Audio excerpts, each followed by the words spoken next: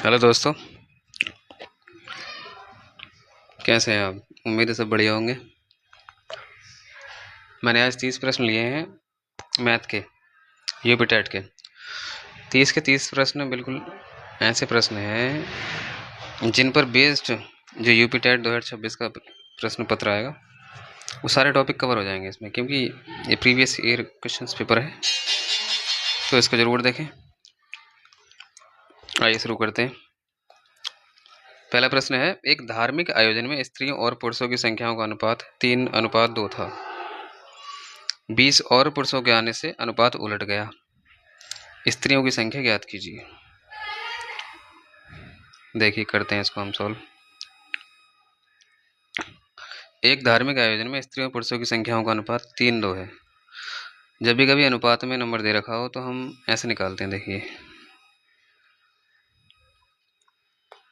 मान लीजिए इस पहले क्या है, स्त्री और पुरुष। पहले स्त्रियां हैं तो स्त्रियां मान लीजिए 3x, अनुपात को हटाइए और x से गुणा कीजिए, और पुरुष हो गए 2x। ठीक है, 20 और पुरुषों के आने से 20 पुरुष और आ गए। अब क्या हुआ, 3x महिलाएं हैं और 2x पुरुष हैं, उनमें 20 पुरुषों के और आने से ये शर्त है हमारी, जो अनुपात था पहले 3:2 वो पलट गया मतलब उल्टा हो गया, 2/3 हो गया। 3/2 की जगह क्या हो गया, 2/3 हो गया। अब हम यहाँ से x की वैल्यू निकाल लेंगे और x की वैल्यू स्त्रियों में यहाँ 3x में रख देंगे और हमारे स्त्री की संख्या आ जाएगी। मल्टीप्लाई करते हैं, क्रॉस मल्टीप्लाई। 3 3 9x, 2 दूनी 4x प्लस 20 दूनी 40। 9x माइनस ये माइनस में हो जाएगा 4x, 40।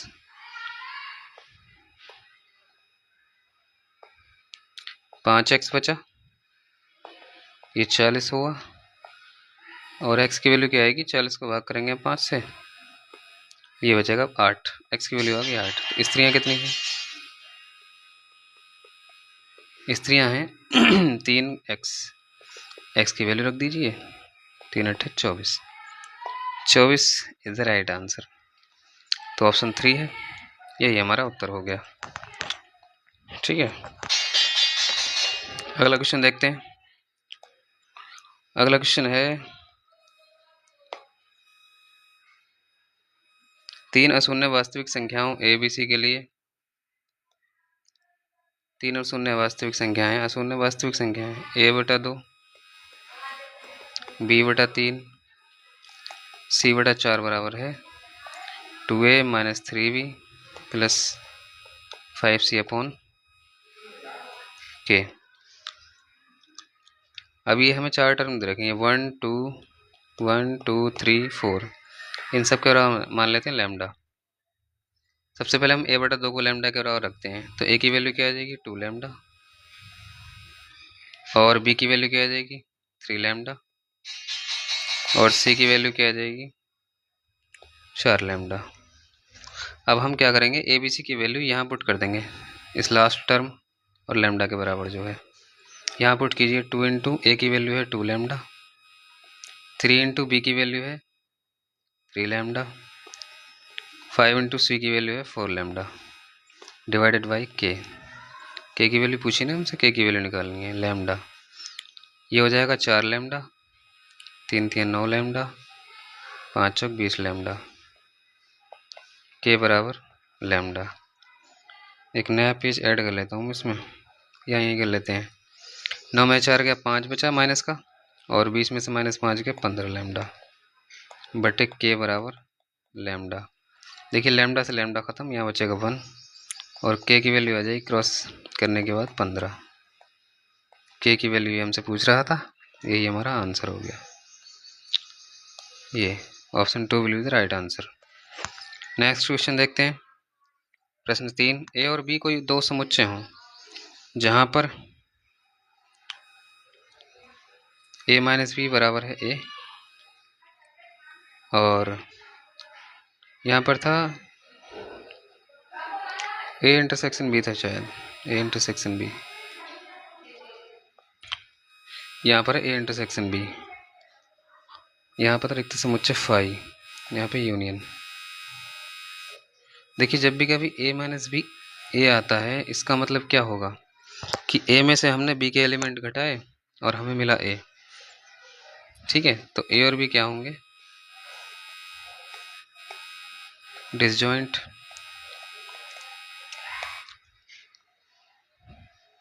सबसेट होंगे। डिसजॉइंट मतलब जिनमें कोई भी कॉमन एलिमेंट ना हो। ठीक है, तो जब कोई कॉमन एलिमेंट नहीं होगा तो हम जब इंटरसेक्शन निकालते हैं, दोनों में कोई कॉमन एलिमेंट नहीं है, और इंटरसेक्शन में क्या निकालते हैं, हम कॉमन एलिमेंट निकालते हैं। तो जब कोई कॉमन एलिमेंट है नहीं, तो जो जिस इनका इंटरसेक्शन निकलेगा वो फाई होगा, रिक्त समुच्चय होगा। सिंपल सी बात है बिल्कुल। मान लीजिए जैसे ए में हमारा कोई सेट है 1 2 3 है इसके अंदर, और बी में है 4 5 6। क्या हो रहा है ये, 4 5 6 5 6। अब जब हम ए इंटरसेक्शन बी निकालेंगे तो क्या आएगा, कोई भी कॉमन एलिमेंट नहीं है तो 0 आएगा, या फाई कह दें इसको बस।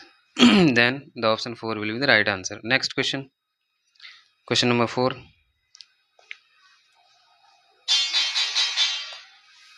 यदि समीकरण के मूल दो क्रमागत पूर्णांक संख्याएं हैं तो बी स्क्वायर माइनस 4ac का मान क्या होगा। देखिए माना मूल मान लेते हैं, माना क्रमागत है तो मान लीजिए मूल एल्फा और एल्फा प्लस 1 है, क्रमागत है ना, तो पहला एल्फा तो दूसरा क्या हो जाएगा, एल्फा प्लस 1। तो एल्फा और एल्फा प्लस 1 हो गए। अब आप जैसे जानते हैं मूलों का अंतर का फार्मूला आपको पता होगा, मूलों का अंतर का फार्मूला ये होता है B square minus 4ac upon 2a होता है, या a होता है, केवल केवल केवल केवल a होता है। अंतर में क्या होगा, alpha plus 1 minus alpha, B square minus 4। देखिए a की वैल्यू यहाँ पर कितनी है, 1 है। जब हम इसकी तुलना करेंगे ax square plus b x plus c से, तो a की वैल्यू क्या आएगी 1, b की वैल्यू माइनस बी, सी की वैल्यू सी।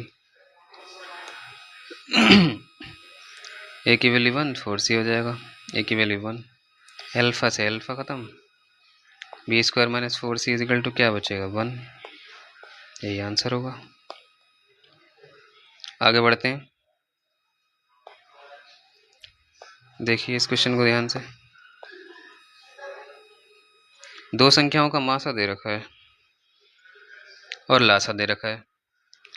यदि एक संख्या 117 हो तो दूसरी संख्या पूछिए। सिंपल सा फार्मूला है, मासा गुणा लासा, हम पढ़ चुके हैं सब, बराबर एक संख्या गुणा दूसरी संख्या। ठीक है, मासा कितना है, मासा है 13 और लासा है 1989। एक संख्या 117 है, दूसरी संख्या ज्ञात करनी है, डिवाइड कर दें 1989 डिवाइडेड बाई 117।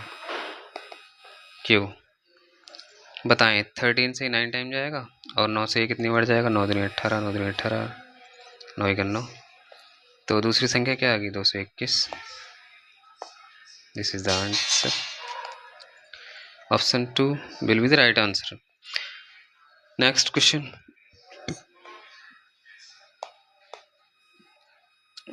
देखिए एक सर्वेक्षण में प्रेक्षणों की संख्या कितनी है, 40। कुल प्रेक्षण कितने हैं, कुल प्रेक्षण है 40।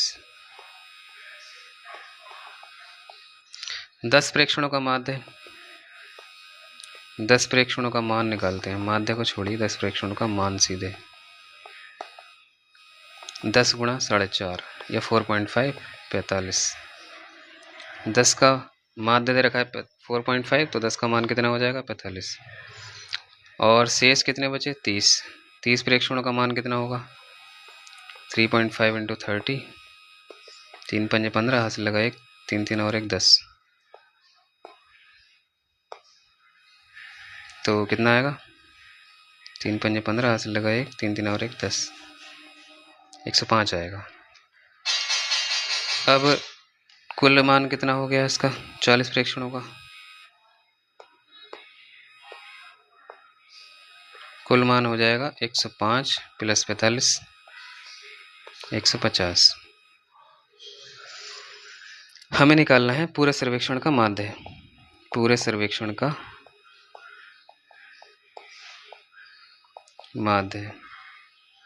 अरे ये क्या हुआ? तो 150 हमारे पास कुल मान है, 40 हमारे पास प्रेक्षण है। डिवाइड करेंगे, 4 तियाँ 12 एंड 3 बचे, 4 सत्ते 28, 4 पंजे 20। Option 1 will be the right answer. आगे बढ़ते हैं। Question number 7।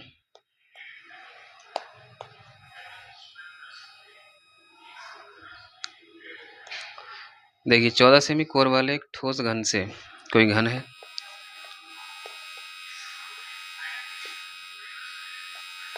इसकी कोर है 14 सेमी, ऊंचाई कितनी होगी? 14 सेमी। कोर दे रखी है ना, 14 सेमी ऊंचाई होगी। बेलन का संपूर्ण पृष्ठ ज्ञात करना है, तो ऊंचाई कितनी हो जाएगी? 14 सेमी।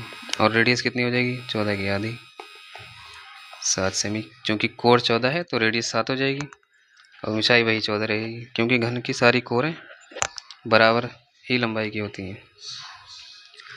अब हमें देखना है लंबवृत्तीय बेलन काटा जाता है, बेलन का संपूर्ण पृष्ठ। बेलन का संपूर्ण पृष्ठ का फार्मूला क्या होता है?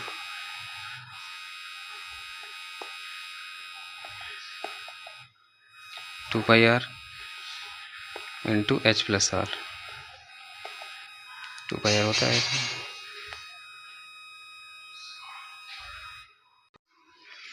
वैल्यू पुट करते हैं हम यहाँ पर।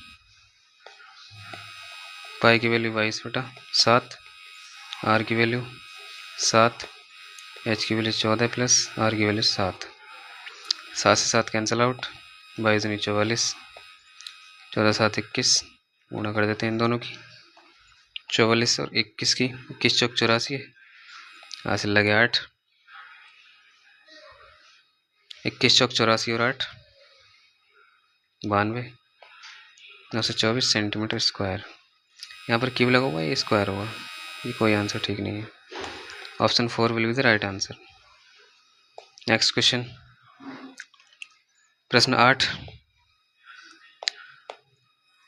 50 संख्याएं दी गई हैं, हर संख्या को 53 में से घटाया जाता है और प्राप्त संख्याओं का माध्य इतना। दी गई संख्याओं का माध्य ज्ञात कीजिए। दी गई संख्याओं का माध्य, दी गई संख्याओं का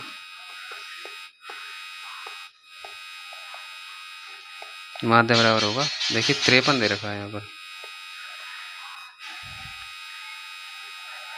50 संख्याएं दी गई, हर संख्या को 53 में से घटाया जाता है और प्राप्त संख्याओं का औसत माध्य 3.5 है, डायरेक्ट जोड़ दें इसमें, जो आएगा वही आंसर होगा। 56.5। शॉर्ट ट्रिक लगा दें यहाँ पर। नेक्स्ट क्वेश्चन, 10 प्रेक्षणों को आरोही क्रम में व्यवस्थित किया जाता है। किया गया है, ये आरोही क्रम में ही पहले से। 5 9 14 15 और ये को आरोही क्रम में व्यवस्थित किया जाता है। इन आंकड़ों का माध्य 24 है, एक्स का मान ज्ञात कीजिए। देखिए 10 आंकड़े हैं, आंकड़े कितने हैं? 10 आंकड़े हैं, तो इनके माध्य का फार्मूला क्या होगा? n/2 पर प्लस, जब भी सम हो ना, सम के लिए फार्मूला होता है n/2 प्लस 1 पर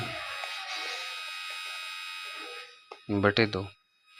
n की वैल्यू 10 है, 10/2 प्लस 1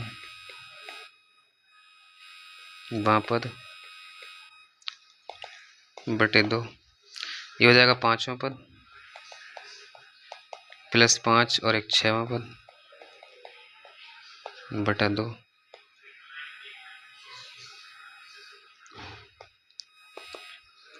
5वां पद क्या है इसका? 5वां पद क्या है? 1 2 3 4 5 x प्लस 1 और 6वां पद क्या है इसका? 2x minus 13, 2x minus 13/2। और इसका जो माध्यक दे रखा है, माध्यक वो है 24। चलिए आगे बढ़ा लेते हैं इसको। 24 ये नंबर गुणा में है, बटे में है, सॉरी गुणा में आ जाएगा। x और x 3x हो गए और 13 में से 1 जाएगा, 12 बचेगा माइनस का। 24 नहीं 48, 3x माइनस 12, 48 देखिए 3x बराबर 48 प्लस 12 हो जाएगा, ये हो गया 60। 3x x से हम इसको डिवाइड में है 3, कितना बचेगा 3 दूनी 6, मल्टीप्लाई का नंबर डिवाइड में जाता है। x की वैल्यू आ गई 20। क्या पूछ रहा था हमसे?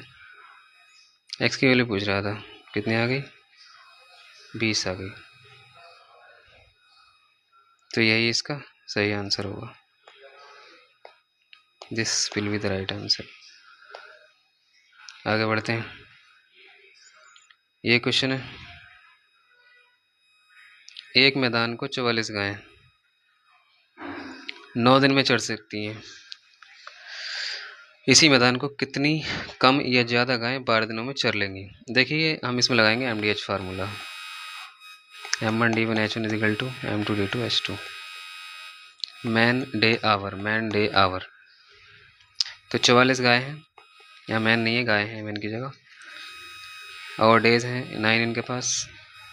कितनी गायें चाहिए हमको वो हम निकालनी है, और 12 दिनों में चर लेंगे। डेज हैं 12, 12 को जल्दी आइए, मल्टीप्लाई का नंबर डिवाइड में आता है। 12 से काटेंगे 4 3 12 11, 3 से काटेंगे 3 3 9 33। तो 12 दिन में जो टोटल 33 गायें इस पूरे मैदान को चढ़ सकती हैं, तो हमें कितनी गायें कम या ज़्यादा चाहिए होंगी? 44 थी, 33 काम कर रही हैं, उसी काम को 33 गाय कर सकती हैं 12 दिन में। तो कितनी कम या ज़्यादा? 11, सॉरी कम कह रहे हैं ना, हमको 11 गायें कम चाहिए होंगी, 11 गायें कम चाहिए होंगी। Option 1 will be the right answer. पहले 44 थी, वही काम आप 33 कर सकती हैं। नेक्स्ट क्वेश्चन है ये, अविभाज्य संख्याएं हो तो a के कितने मान हैं? देखिए अविभाज्य संख्याएं, प्राइम संख्याएं वो संख्याएं होती हैं जिनके केवल 2 फैक्टर होते हैं। प्राइम नंबर क्या होते हैं आपको ये समझना पड़ेगा पहले। प्राइम नंबर्स और कंपोजिट नंबर समझने पड़ेंगे आपको। प्राइम नंबर्स कौन होते हैं? जिनके केवल 2 फैक्टर हों, जैसे 2 हो गया, 3 हो गया, 5 हो गया, 7 हो गया, 11 डैश, ऐसे बहुत सारे नंबर होंगे। इनके केवल 2 फैक्टर होते हैं, केवल 2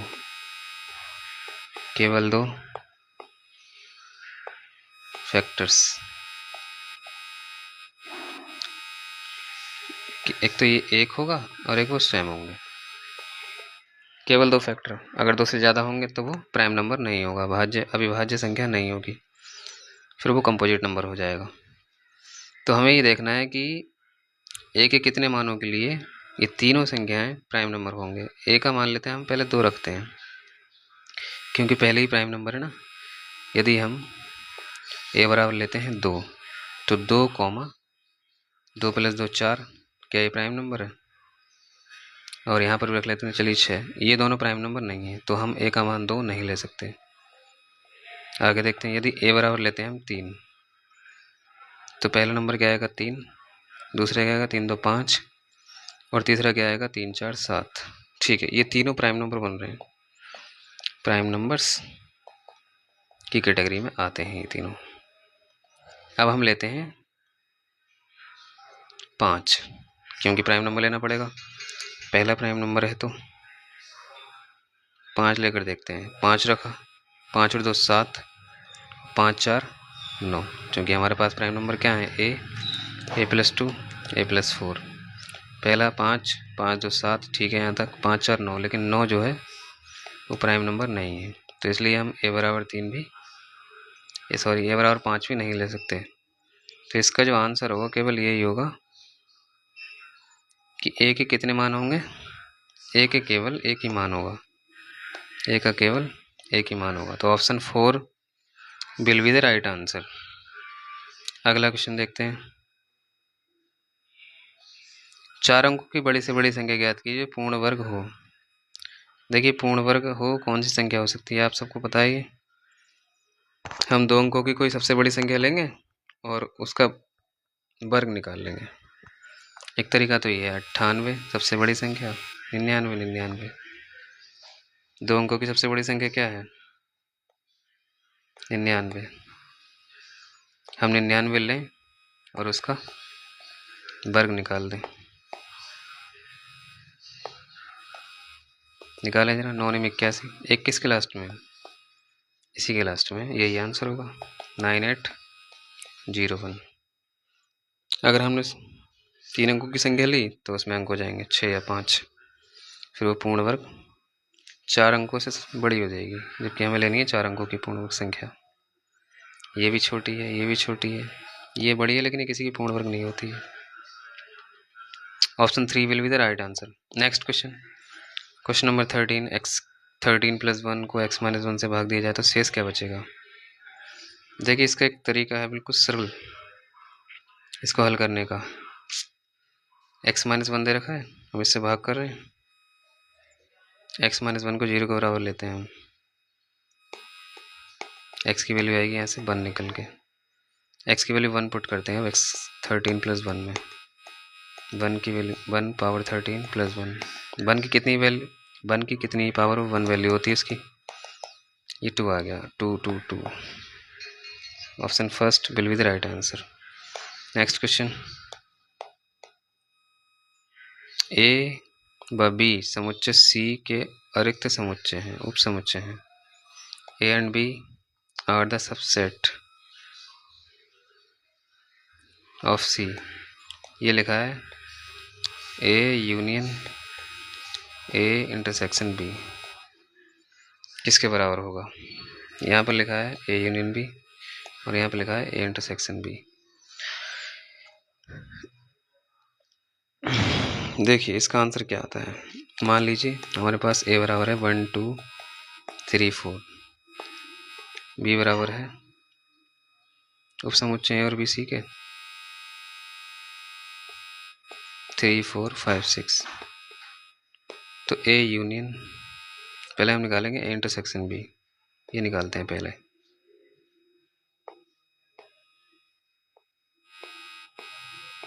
बताइए कॉमन एलिमेंट लिए जाएंगे इसके इंटरसेक्शन में, 3 4 3 4। अब हम निकालेंगे A union A intersection B. बताइए ए में कौन कौन एलिमेंट है, ये है एक एलिमेंट और ए इंटरसेक्शन बी के एलिमेंट ये हैं। इन दोनों में सारे के सारे एलिमेंट पहले कॉमन लिए जाएंगे फिर सारे लिए जाएंगे। देखिए 3 4 तो कॉमन है ही और बाकी बचे हुए एलिमेंट भी ले लिए जाते हैं यूनियन में। तो ये क्या है, ये किसकी वैल्यू है, ए की वैल्यू है। तो A union A intersection B की जो वैल्यू होगी हमेशा ए आएगी। A will be the right answer. Next question, देखिए अगला क्वेश्चन है, एक गांव की जनसंख्या प्रतिवर्ष 5% बढ़ जाती है। एक गांव की जनसंख्या कितनी बढ़ती है, रेट कितना है, 5% बढ़ती है। वर्तमान में उस गांव की जनसंख्या 4410 है।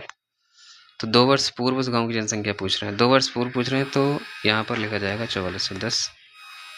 मान लीजिए 2 वर्ष पूर्व पी है 1 प्लस, अगर जनसंख्या बढ़ रही है तो प्लस लगाएंगे और अगर घट रही होती तो माइनस लगाते हैं। वर्तमान जनसंख्या दे रखी है तो यहाँ लिखेंगे वर्तमान वाली को और पूर्व वाली यहाँ लिखेंगे। और अगर पूर्व की दे रखी होती है वर्तमान पूछता तो पूर्व वर्तमान वाली यहाँ रखी जाती। आर कितना है, चलिए आर लिख देता हूँ मैं। 2 साल है तो एन की वैल्यू 2, एन की वैल्यू 2 वर्ष। पी निकालना है हमें 4410, 1 प्लस आर की वैल्यू 5 है। मैंने बताया कि अगर घटती होती जनसंख्या तो यहाँ माइनस आता, 5 से काट देते हैं 20 बढ़ जाएगा, 1 प्लस 1/20। चलिए आगे बढ़ा देते हैं इसको, 4410 पी 20 × 20 रहेगा 21/20 का होल स्क्वायर। देखिए 21 का स्क्वायर कितना होता है 441, 20 का 400। देखिए पी यही रहेगा, 4410 गुणा 400 ऊपर जाएगा, डिवाइड का नंबर मल्टीप्लाई में, और ये 441 आएगा नीचे, इसे काट दें, 10 बढ़ जाएगा, एक जीरो आगे लग जाएगा 400 में, 4000। तो जनसंख्या थी 2 साल पहले 4000। This will be the right answer. देखते हैं कहाँ कौन से ऑप्शन में। जैसा कि आप देख सकते हैं ऑप्शन नंबर 3 यही राइट आंसर है। अगला क्वेश्चन देखते हैं, क्वेश्चन नंबर 16। क्वेश्चन नंबर 16 में ये लिखा है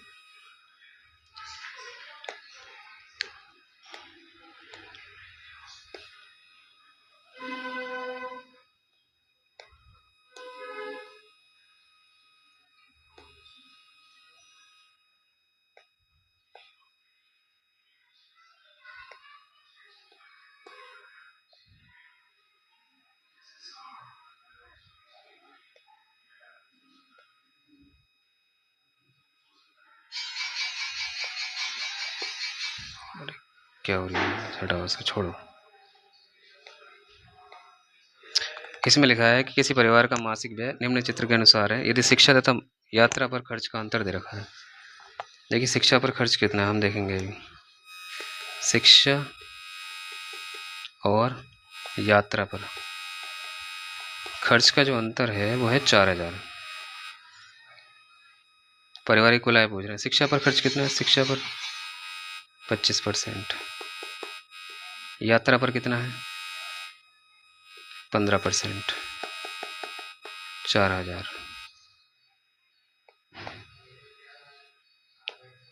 घटाएं इसको, कितना बचा 10%, 4000 के बराबर है। तो 100% निकालना है हमें, एक जीरो बढ़ाए थे, 40,000।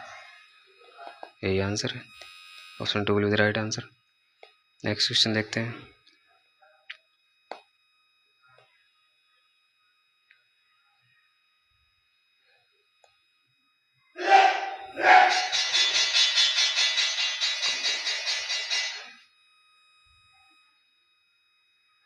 ये क्या है क्वेश्चन, इनमें से कौन सा कथन सत्य है, बताइए कौन सा कथन सत्य है।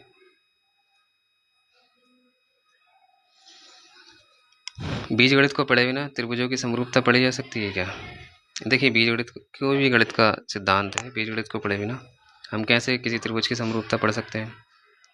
समरूपता के लिए बता दूं मैं, दो त्रिभुज तभी समरूप होते हैं जब उनकी सारी डायमेंशन,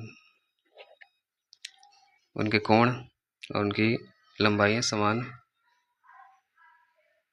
लंबाई की होती हैं, तभी त्रिभुज समरूप होते हैं। तो ये गलत है ऑप्शन। अंकगणित को पढ़े बिना समीकरणों को पढ़ा जा सकता है, नहीं। बीजगणित पढ़े बिना सांख्यिकी पढ़ी जा सकती है, नहीं। देखिए option 4 will be the right answer. गणित की विभिन्न शाखाएं जैसे बीजगणित, ज्यामिति इत्यादि एक दूसरे पर निर्भर होती हैं। यही सही आंसर है इसका, ऑप्शन 4। अगला क्वेश्चन, गणित अध्यापन का कौन सा तरीका इनमें से सबसे अच्छा है। केवल गैप्स देखकर उन्हें दूर करना, केवल कमियां देखकर उन्हें दूर करना, केवल वाला ऑप्शन कोई ठीक नहीं। हर शिक्षार्थी को एक तरह से पढ़ाना, नहीं। शिक्षार्थियों को उनकी विद्वान क्षमताओं को विकसित करने के लिए प्रोत्साहित करना, यही आंसर ठीक है। आगे देखते हैं। यह है, जतिन एक वस्तु को उसके मूल्य से 10% कम पर खरीदता है। जतिन ने एक वस्तु खरीदी, मान लीजिए उसका मूल्य जो है 100 रुपये है। अगर किसी वस्तु का मूल्य 100 रुपये है, उसका इनिशियल मूल्य, तो उसने 10% कम पर खरीदता है, तो CP कितना हुआ उसका 90। उसके मूल्य से 10% अधिक पर बेचता है, SP कितना हुआ इसके 10 और जोड़ देते हैं 110 में। उसका लाभ कितना है, लाभ पूछें तो लाभ का फार्मूला होता है SP minus CP upon CP into 100। SP देखिए कितना है 110 माइनस CP है 90, CP कितना है 90 गुणा 100।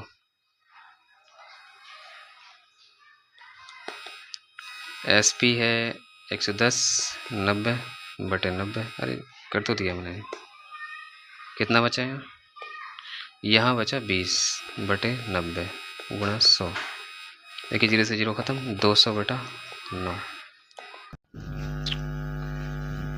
तो इसका आंसर क्या हो जाएगा? 22। ये था 200/9। 9 से हम भाग करेंगे इसको, 9 दूनी 18, 2 यहाँ बचे, 9 दूनी 18, फिर 2 बचे, ये लाभ हो जाएगा। लाभ ये क्या हुआ? लाभ बराबर हो जाएगा 22 सही 2/9%। नेक्स्ट क्वेश्चन देखते हैं।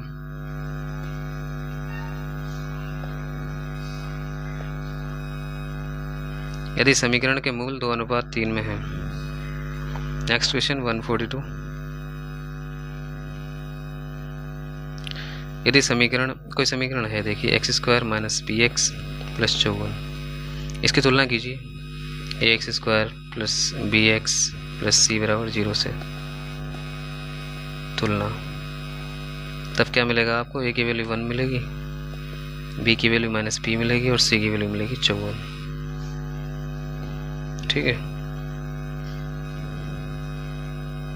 आगे देखते हैं हम। मूल दे रखे हैं इसके। मूल क्या है? मूल मान लीजिए, अभी हम x से गुणा नहीं करेंगे अनुपात में। अनुपात में हम k ले लेते हैं, 2k और 3k। तो हम 2 फार्मूले होते हैं इसमें, मूलों का योगफल और मूलों का गुणनफल, ये लगाते हैं। मूलों का योगफल क्या होता है? -b/a, और गुणनफल क्या होता है? c/a। मूल हमें दे रखे हैं 2k और 3k, दोनों का योग किया हमने। b की वैल्यू पुट करेंगे हम यहाँ, b की वैल्यू -p और a की वैल्यू 1। ठीक है, 2k और 3k कितना हो गया? 5k, एंड p प्लस का हो गया, p की वैल्यू आ गई। इसको समीकरण 1 मान लेते हैं। अब मूलों का गुणनफल देखते हैं। गुणनफल में क्या होता है? c/a। c पहला मूल 2k है, दूसरा 3k, और c की वैल्यू है 54 और a की वैल्यू 1। 2 3 6k² 54, 6 से इसको काट देते हैं, 6 9 54। तो k की वैल्यू क्या आ जाएगी? k की वैल्यू जाएगी 3। इसको समीकरण 1 में रख देते हैं, k का मान समीकरण 1 में। तो p बराबर क्या हो जाएगा? 5k, 5 × 3, 5 3 15। p का मान आ गया 15। ऑप्शन कौन सा ठीक है? Option 3 will be the right answer. अगला क्वेश्चन देखते हैं।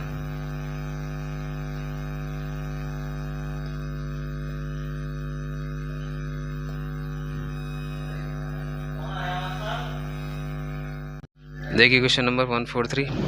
इसमें लिखा है 2 लंबवृत्तीय शंकुओं की ऊंचाइयों का अनुपात।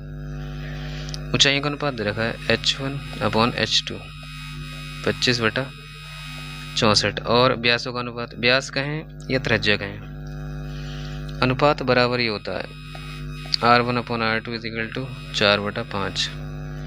तो उनके आयतनों का अनुपात पूछा है हमसे। लंबवृत्तीय शंकु, शंकु के आयतन का फार्मूला क्या होता है?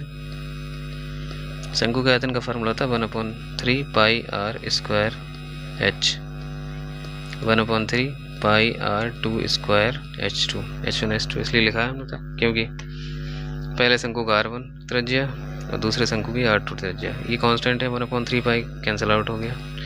हमारे पास बचा r1/r2 का होल स्क्वायर और h1/h2। r1/r2 की वैल्यू है 4/5 का होल स्क्वायर और h1/h2 की वैल्यू 25/64। देखिए 4 का स्क्वायर 16 हो जाएगा, 5 का 25, 25/64। 25 से 25 कैंसिल आउट, 16 चौक 64, तो 1/4 आ गया। तो आंसर क्या हुआ इसका? b1 और b2 का जो अनुपात हो गया, b1 और b2 का जो अनुपात हो गया वो हो गया 1/4। देखिए ऑप्शन कौन सा ठीक है? Option 2 will be the right answer. Next question देखते हैं। Question number 144। इसमें लिखा है एक समुच्चय है और b एक उपसमुच्चय है। समुच्चय है इसमें लिखा है ए जो है इसको हम रोस्टर रूप में लिखते हैं। कौन कौन से हैं? वेलो का एक अक्षर यानी कि V E L O W, ऐसे ही बी एक समुच्चय है। बुल का एक अक्षर डब्ल्यू, ओ को एक ही बार लिया जाएगा एल। तो हमसे पूछा है C is equal to A minus B हो तो सी के उपसमुच्चयों की संख्या कितनी होगी। पहले हम सी निकालते हैं। देखिए ए माइनस बी कैसे निकलेगा। ए में से बी के सारे एलिमेंट हम सब्ट्रैक्ट कर देते हैं, हटा देते हैं। ए में क्या है? बी है, बी नहीं है। बी में क्या क्या हटेगा? यहाँ से डब्ल्यू, डब्ल्यू हट जाएगा, ओ से ओ हट जाएगा, एल से एल हट जाएगा, बचेगा बी कोमा ई। तो केवल कितने एलिमेंट बचे? 2। एन का मान आ गया 2। नंबर ऑफ एलिमेंट्स है केवल 2। तो सी के उपसमुच्चयों की संख्या कितनी होगी? उपसमुच्चयों की संख्या कैसे निकालते हैं? 2 की पावर n। 2 की पावर n की वैल्यू कितनी है? 2। 2 की पावर 2 यानी कि 4। तो उपसमुच्चयों की संख्या कितनी आ गई? 4। यही आंसर होगा। उपसमुच्चयों की संख्या का फार्मूला होता है 2 की घात n, जहाँ पर n क्या होता है? अवयवों की संख्या। किसी भी समुच्चय के अंदर n क्या होता है? अवयवों की संख्या। और उसके अगर हमें उपसमुच्चय की संख्या निकालनी हो, किसी भी समुच्चय के उपसमुच्चयों की संख्या निकालनी हो, number of subsets of a set, उपसमुच्चयों की संख्या 2 की घात 2, इसका मान आया 4 आंसर। Next question. एक समचतुर्भुज के विकर्ण 10 सेमी व 24 सेमी है, इसका परिमाप है। विकर्ण दे रखे हैं इसके। देखिए विकर्ण है इसके D1 और D2। D1 बराबर 10 और D2 बराबर 24। हम एक समचतुर्भुज बनाते हैं। समचतुर्भुज होता क्या है? जिसकी चारों भुजाएं बराबर होती हैं। जिसकी चारों भुजाएं बराबर होती हैं, ये हो गया समचतुर्भुज ए बी सी डी। और इसके विकर्ण एक दूसरे को 90 के एंगल पर कट करते हैं।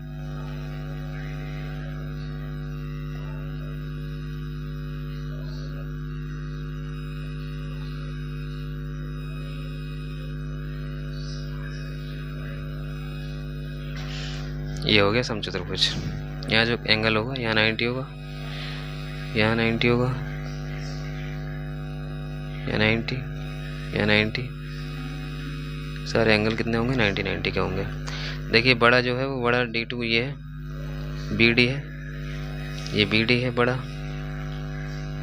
विकर्ण, और छोटा वाला ये है AC। देखने से पता चल रहा है। तो BD पूरा 24 है तो ये कितना होगा? 12। और ये पूरा 10 है तो ये कितना होगा? 5। अब 90 के सामने वाला क्या होता है? हाइपोटेनस विकर्ण। और फार्मूला क्या होता है?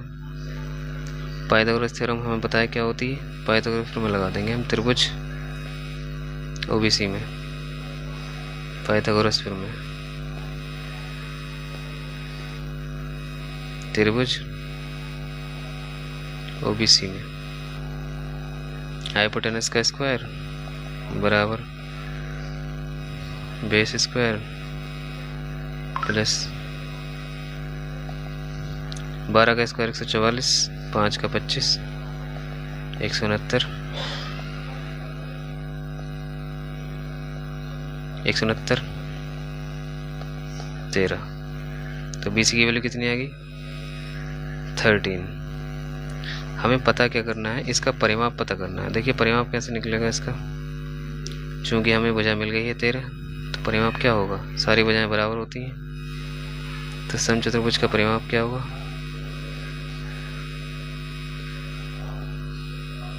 का परिमाप बराबर होगा चारों भुजाएं बराबर 4 गुणा 13, या 4 गुणा भुजा 13 चौक 52 सेंटीमीटर।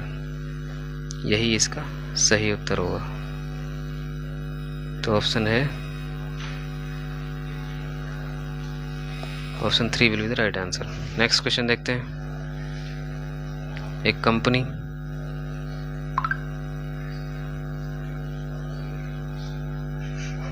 अरे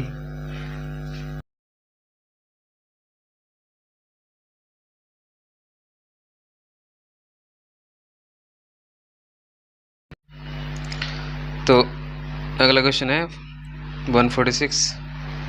इसमें लिखा है एक कंपनी 25 लाख रुपए की पूंजी एकत्रित करती है। 25 लाख।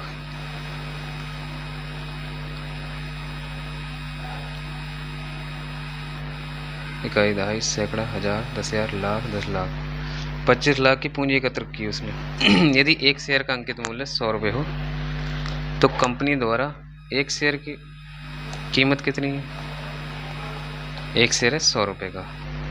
तो हमसे पूछा कंपनी द्वारा जारी की गई शेयरों की संख्या। भाई शेयरों की संख्या कैसे निकलेगी? शेयरों की संख्या निकाल दो। 25 लाख को 100 से भाग कर देते हैं, 25,000 आ गया। Option 2 will be the right answer. Next question.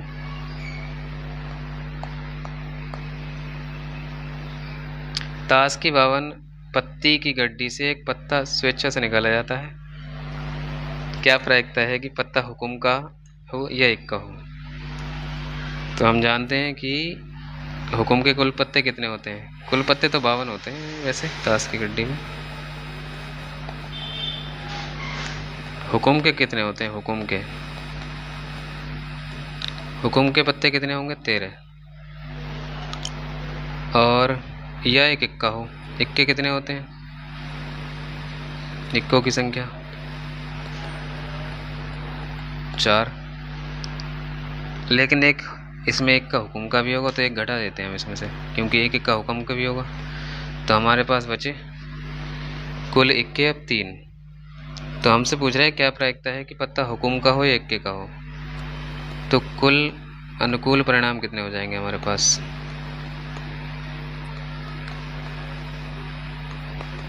13 पत्ते हुकुम के हैं और 3 हमारे पास इक्के हैं। 16 कुल हमारे पास अनुकूल परिणाम हो गए। और कुल परिणाम कितने हैं? 52। कुल परिणाम कितने हैं? 52। प्रायिकता क्या होती है? प्रायिकता होती है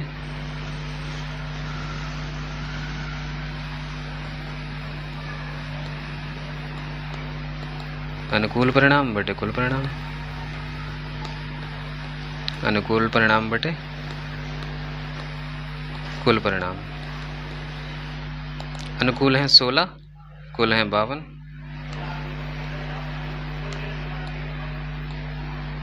भाग कर देते हैं हम। 4 चौक 16, 13 चौक 52, 4 बटे 13 आंसर आ गया। यानी कि एक हुकुम का पत्ता हुकुम का हो या इक्का हो, उसके आने की प्रायिकता क्या होगी? 4 बटे 13। Option 4 will be the right answer. Next question.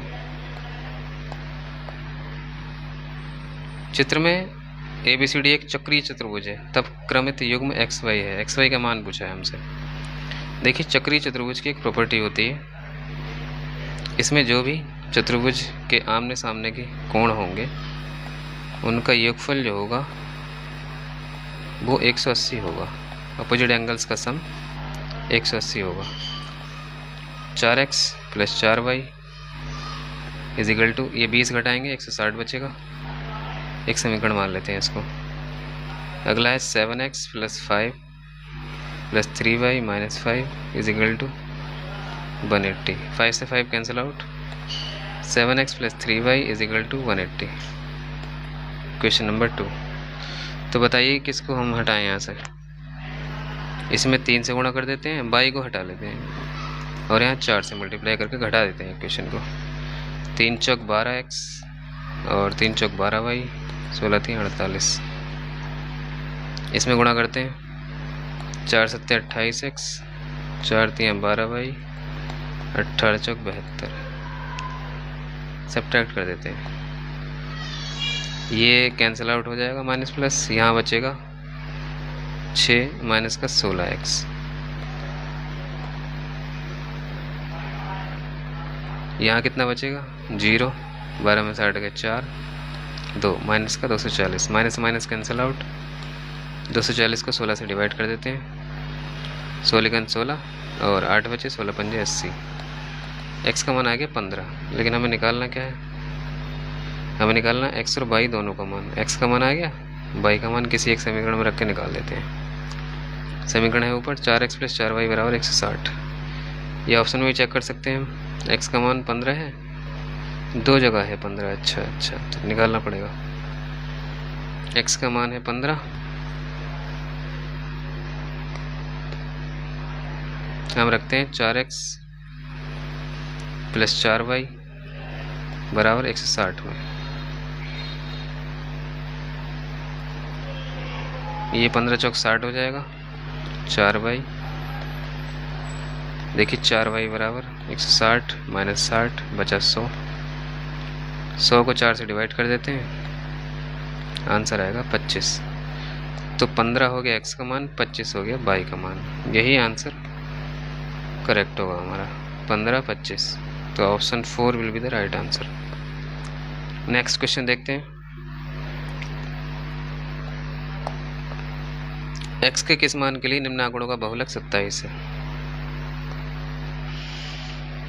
x का मान निकालना है हमें। देखिए यहाँ पर कौन कितनी बार है, सबसे ज़्यादा बार कौन है? 27 यहाँ पर है, 27 यहाँ पर। बहुलक में कौन दिखाई दे रहा है? बहुलक में 27 ही दिखाई दे रहा है। देखिए आंकड़ों का बहुलक भी 27 दे रखा है, तो x का मान भी क्या होगा? 25 दो बार है, 27 कितनी बार है? लो 3 बार तो यहाँ आ गया। इसका मतलब x का मान भी क्या होगा? 27 ही होगा, क्योंकि बहुलक में 27 ही दिखाई दे रहा है। तो option 4 will be the right answer.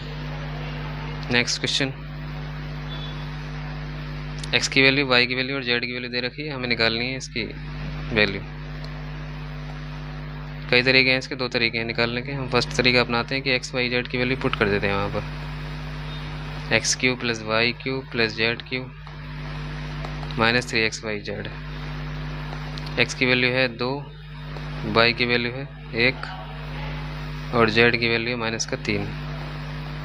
3 × x की वैल्यू 2, y की वैल्यू 1 और z की वैल्यू -3। 2 का 8, 1 का क्यूब 1, 3 का क्यूब -27 और 3 दूनी 6 और 6 तियाँ 18 और माइनस प्लस माइनस प्लस 18 हो जाएगा। देखिए ज़रा ध्यान से इसको। 8 और 1 9 और यहाँ बचा 9 = 0। इसका आंसर आ गया 0। Option 3 will be the right answer. ठीक है, अगला क्वेश्चन देख लेते हैं। ख़त्म। तो आज के लिए इतने ही क्वेश्चन थे, 30 क्वेश्चन थे पूरे। इसी पैटर्न पर अगर आप प्रैक्टिस करें प्रीवियस ईयर क्वेश्चंस की, तो आपके पूरे 30 में 30 प्रश्न सही हो सकते हैं। Thanks for watching. सब्सक्राइब कीजिए आगे ऐसे ही प्रश्नों के लिए। Thank you.